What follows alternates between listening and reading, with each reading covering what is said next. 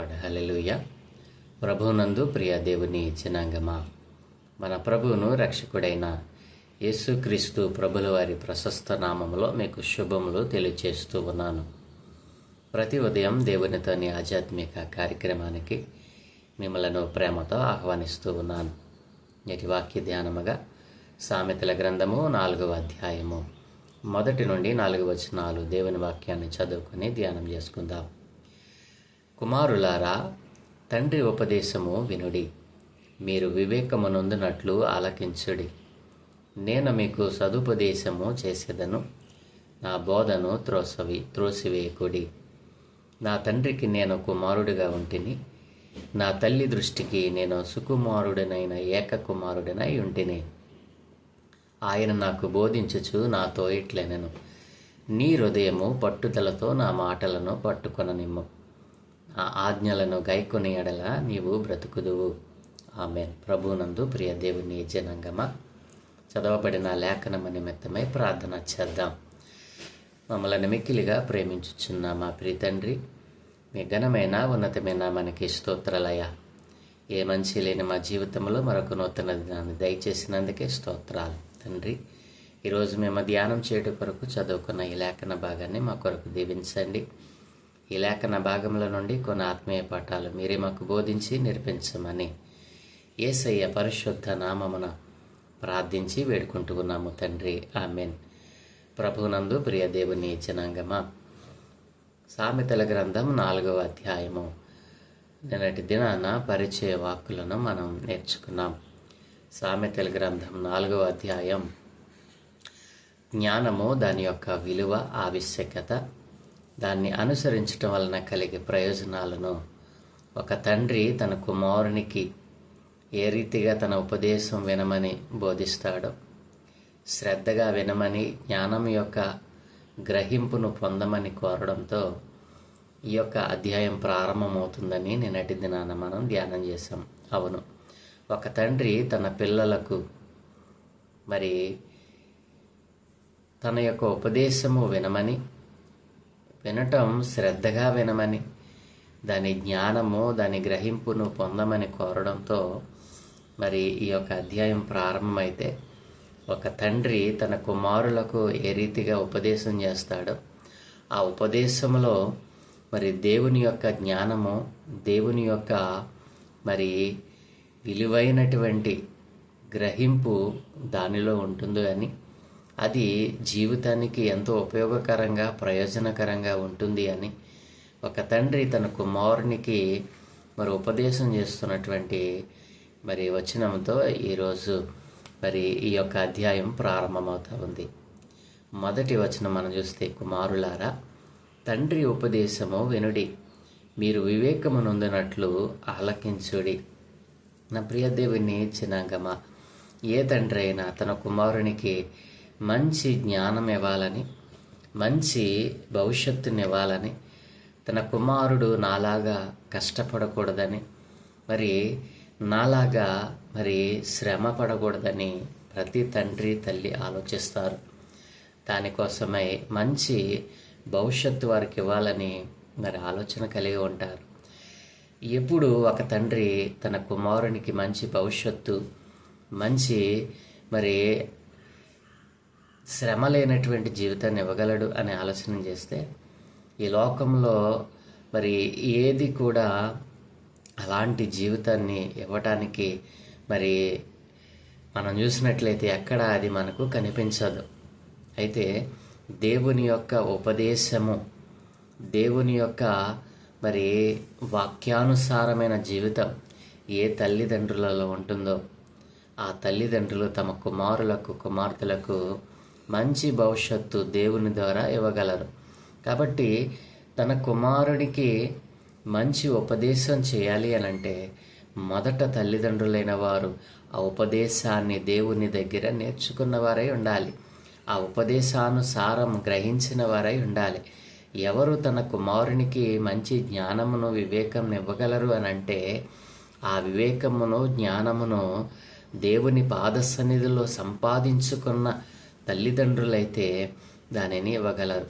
ప్రియదేని పిల్లరా, కుమారులారా, తండ్రి ఉపదేశము మీరు వినుడి, మీరు వివేకమునందునట్లు ఆలకించుడి.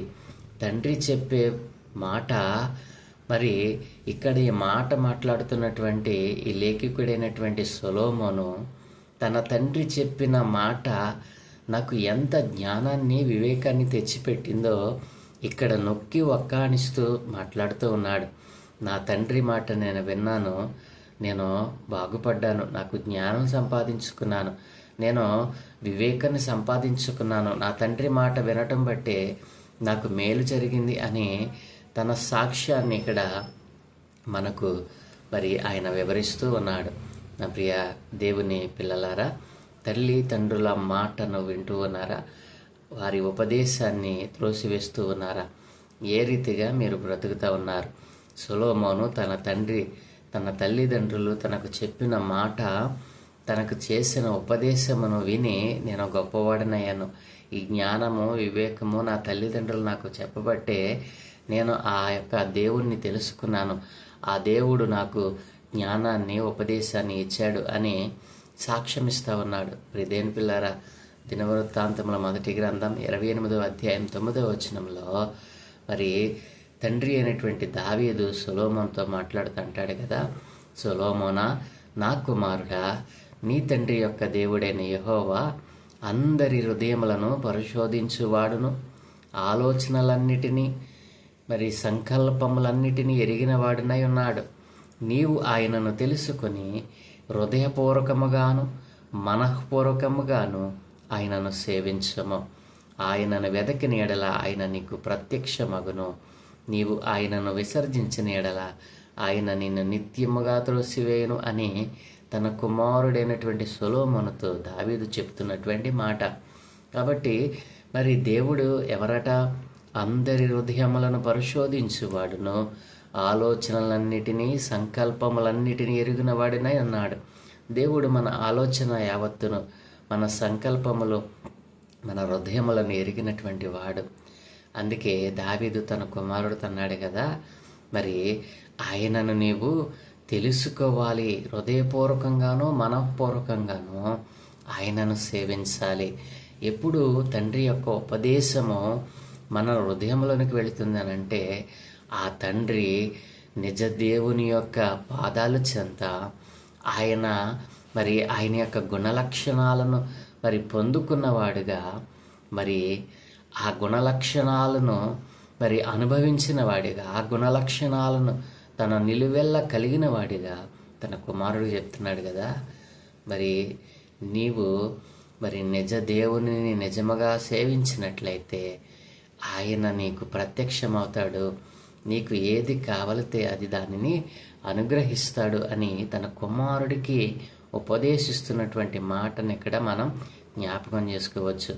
అలాగుననే అదే 1 దినవృత్తాంతముల గ్రంథం 22వ అధ్యాయం 11 నుండి 16 వచనాలు మనం చూస్తే, నా కుమారుడా, దావీదు మరలా చెప్తా ఉన్నాడు తన కుమారుడైన సొలొమోనుకు, నా కుమారుడా, యెహోవా నీకు తోడుగా ఉండునగాక, నీవు వర్ధిల్లి నీ దేవుడైన యెహోవా నిన్ను గూర్చి సెలవిచ్చిన ప్రకారముగా ఆయనకు మందిరమును కట్టించుదువుగాక. నీ దేవుడైన యెహోవా ధర్మశాస్త్రమును నీవు అనుసరించినట్లుగా యెహోవా నీకు వివేకమును తెలివిని అనుగ్రహించి ఇశ్రాయేలీయుల మీద నీకు అధికారము దయచేయునుగాక. యెహోవా ఇశ్రాయేలీయులను గూర్చి మోషేకు ఇచ్చిన కట్టడల ప్రకారముగాను ఆయన తీర్చిన తీర్పుల ప్రకారముగాను జరుపుకొనుటకు నీవు జాగ్రత్త పడిన ఎడల నీవు వృద్ధి పొందుదువు. ధైర్యము తెచ్చుకొని బలముగా ఉండము, భయపడకము, దిగులు పడకము. ఇదిగో నేను నా కష్టస్థితిలోనే ప్రయాసపడి యెహోవా మందిరము కొరకు 2 లక్షల మనుగుల బంగారమును 10 కోట్ల మనుగుల వెండిని తోచ సఖ్యము కానంత విస్తారమైన ఇత్తడిని ఇనుమును సమకూర్చి ఉన్నాను. మ్రానులను రాళ్లను కూర్చి ఉంచి తిని నీవు ఇంకను సంపాదించుదువుగాక. మరియు పని చేయ తగిన విస్తారమైన శిల్పకారులను, కాసే పనివారును, వడ్రవారును, ఏ విధమైన పనినైనను నెరవేర్చగల మంచి పనివారును నీ వద్ద ఉన్నారు. లెక్కింపలేనంత బంగారమును, వెండియు, ఇత్తడియు, ఇనుమును నీకు ఉన్నవి. కాబట్టి నీవు పని పూనుకొనుము. యెహోవా నీకు తోడుగా ఉండునుగాక అని తన కుమారునికి సదుపదేశము చేస్తున్నటువంటి తండ్రిగా దావీదు కనబడతా ఉన్నాడు.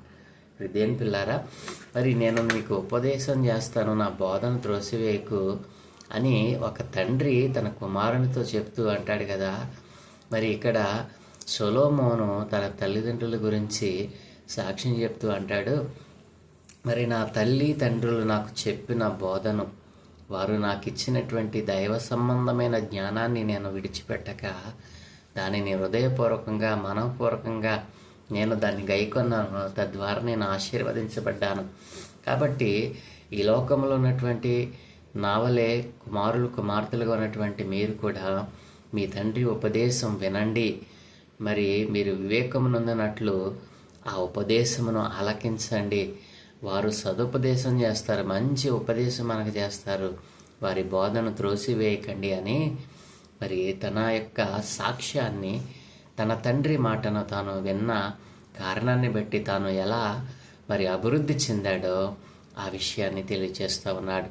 నా తండ్రికి నేను కుమారుడిగా ఉంటిని, నా తల్లి దృష్టికి నేను సుకుమారుడనైన ఏక కుమారుడనై ఉంటిని అని మరి సొలొమోను తన తల్లిదండ్రులైనటువంటి దావీదు బత్షెబలను గురించి మరి సాక్ష్యం ఇవ్వడం మనం చూస్తూ ఉన్నాం.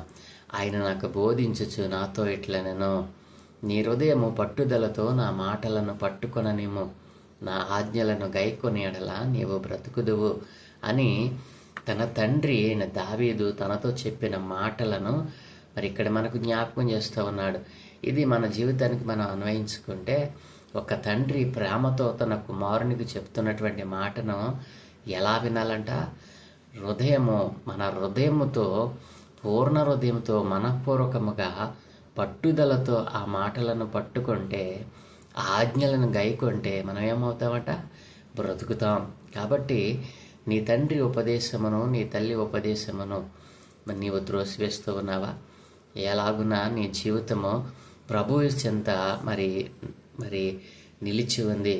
నీ జీవితము ప్రభువు చెంత మరి పట్టుదలతో ఉపదేశమును అంగీకరించేటువంటి మనస్సు, హృదయము నీలో లేకపోతే, దేవుని ఉపదేశము నీ లోపలికి వెళ్ళాలి అని అంటే మొదట నీ తల్లిదండ్రుల ఉపదేశమును నీవు అంగీకరించాలి, ఆలకించాలి.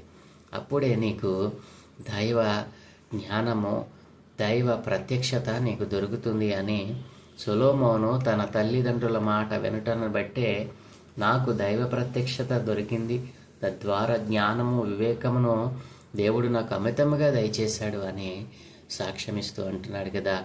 మరి పట్టుదలతో ఆ మాటలను పట్టుకోవాలంటండి. ఆయన ఆజ్ఞలను గైకొంటే మనం బ్రతుకుతాం. తండ్రి ఉపదేశం మనం ఆలకించి వాటిని పట్టుదలతో మనం గైకొంటే, ఆజ్ఞలను గైకొన్నప్పుడు మనము నిత్యము జీవిస్తాం. దేవుని ప్రత్యక్షత దొరుకుతుంది, మరి దేవుని యొక్క జ్ఞానం దొరుకుతుంది, దేవుని ఆశీర్వాదం దొరుకుతుంది. ఇక చివరిగా మాట్లాడితే, తండ్రి యొక్క, తల్లి యొక్క ఉపదేశమును మనము వింటే, ఆ వినటం కూడా హృదయపూర్వకంగాను మనవపూర్వకంగాను మనం వింటే, అప్పుడు దేవుని పిల్లరా మనకేం దొరుకుతుందో తెలుసా? మనకేం దొరుకుతుందండి? మనము మరి దేవుని యొక్క ప్రత్యక్షత దొరుకుతుంది, దేవుని యొక్క మరి జ్ఞానం దొరుకుతుంది, దేవుని యొక్క వివేచన దొరుకుతుంది. అంతేకాదు అచంచలమైనటువంటి ఆశీర్వాదం దొరుకుతుంది. కాబట్టి తండ్రి ఉపదేశమునో, తల్లి ఉపదేశమునో వింటూ ఉన్నావా? ఆ వినటం కూడా హృదయపూర్వకంగా వినాలి, మనఃపూర్వకంగా వినాలి. మరి ఆ ఆజ్ఞలను, ఆ మాటలను మన హృదయము పట్టుదలతో పట్టుకోవాలంటే అప్పుడే మనం నిత్యం జీవిస్తాం, దేవుని ప్రత్యక్షత దొరుకుతుంది. కాబట్టి నీ తల్లి ఉపదేశమును, తండ్రి ఉపదేశమును ఆలకిస్తూ ఉన్నావా? నీ తల్లిదండ్రులు దేవునికి విధేయులైన వారేనా? వారి జీవితము నీకు ఉపయోగకరంగా ఉందా? తండ్రి ఉపదేశమును త్రోసివేసేవానిగా ఉన్నావా? నీవు ఎలా జీవిస్తావున్నావు? సొలొమోను తన తల్లిదండ్రుల యొక్క ఉపదేశమును విని నేను బాగుపడ్డానని సాక్ష్యమిస్తూ ఉన్నాడు. నీ సాక్ష్యము ఎలా ఉంది? నీ తల్లిదండ్రుల ఉపదేశం విని బాగుపడ్డావా, పాడైపోయావా? ఎలా ఉన్నావో ఈ ఉదయకాలమందు నేను పరిశీలన చేసుకొని నాతో కలిసి చిన్న ప్రార్థన చేయి. సకల ఆశీర్వాదములకు కారణభూతుడైన తండ్రి, మా మంచి దేవ, మీకే స్తోత్రాలయ్యా. ఈ ఉదయకాలమందు ఒక తండ్రి తల్లి తన కుమారులకు ఉపదేశించినట్లుగా ఆ ఉపదేశమును విని బాగుపడిన కుమారునిగా సొలొమోను మాకు కనబడుతూ ఉండగా నాయన, ఇదిగో తండ్రి, సొలొమోను తన తల్లిదండ్రుల మాట విని ఎలా వృద్ధిలోనికి మరి దేవుని ప్రత్యక్షతను పొందుకున్నాడో, ఈ రోజున తల్లిదండ్రుల మాట వినకుండా పాడైపోయి లోకంతో కలిసిపోయి అపవాది చేతిలో పడి నాయనా, ఇదిగో లేవలేని పరిస్థితిలో ఉన్నటువంటి యవన బిడ్డలను, కుమారులను, కుమార్తెలను చేతులకు అప్పగిస్తావనానయ్యా. ఇదిగో తండ్రి, సొలొమోను ఏ రీతిగా సాక్ష్యాన్ని కలిగి ఉన్నాడో, ఈ రోజున భూమి మీద ఉన్నటువంటి ప్రతి కుమారుడు, కుమార్తె తమ తల్లిదండ్రులకు విధేయులై వారి మాట విని వారి ఆజ్ఞలను గైకొని నిత్యము బ్రతికేవారిగా, మీ ప్రత్యక్షతను పొందుకునేవారిగా ప్రతి ఒక్క కుమారుని, కుమార్తెను మీ చేతులకు అప్పగిస్తావన్నాను. ప్రతి ఒక్కరికి నీ ప్రత్యక్షతను అనుగ్రహించి తల్లిదండ్రుల ఉపదేశము వినేవారిగా నాయనా, ఇదిగో ఉపదేశమును గట్టిగా పట్టుకునేవారిగా, పట్టుదలతో దానిని గైకునేవారిగా తయారు చేయమని, ఎందరైతే అపవాది చేతిలో పడి తల్లిదండ్రుల మాట వినకుండా లోకముతో కలిసిపోయారో అట్టి వారి ఆత్మలన్నిటిని మీ పాదాల చెంతకు తెస్తామన్నాను. ఒక్కసారి దర్శించండి నాయన. వారి పట్టి పీడిస్తున్న అపవాది శక్తుల నుండి విడిపించండి. మీ ఆత్మతో నింపండి. ఇదిగో అనేక మంది నాయన మీ ఉపదేశమును వినకుండా, తల్లిదండ్రుల ఉపదేశమును వినకుండా, వాటిని గైకొనకుండా పాడైపోతున్నారు నాయన. అలాంటి వారందరినీ మీ చేతులకు అప్పగిస్తూ అట్లాంటి వారి ఆత్మలన్నిటినీ మీరు రక్షించమని, ఏ ఒక్కరూ నశించిపోకుండా మీ రాజ్య సువార్తకు ఉపయోగపడే పాత్రలుగా మలచమని, ఈ దినమే చేయపలనన్నిటి మీ కనుదృష్టి ఉంచి మీ దూతల కాపుదలను గ్రహించి మీరే మహిం పొందుకోమని యేసయ్య పరిశుద్ధ నామమున ప్రార్థించి వేడుకుంటూ ఉన్నాము తండ్రి. ఆమేన్, ఆమేన్, ఆమేన్.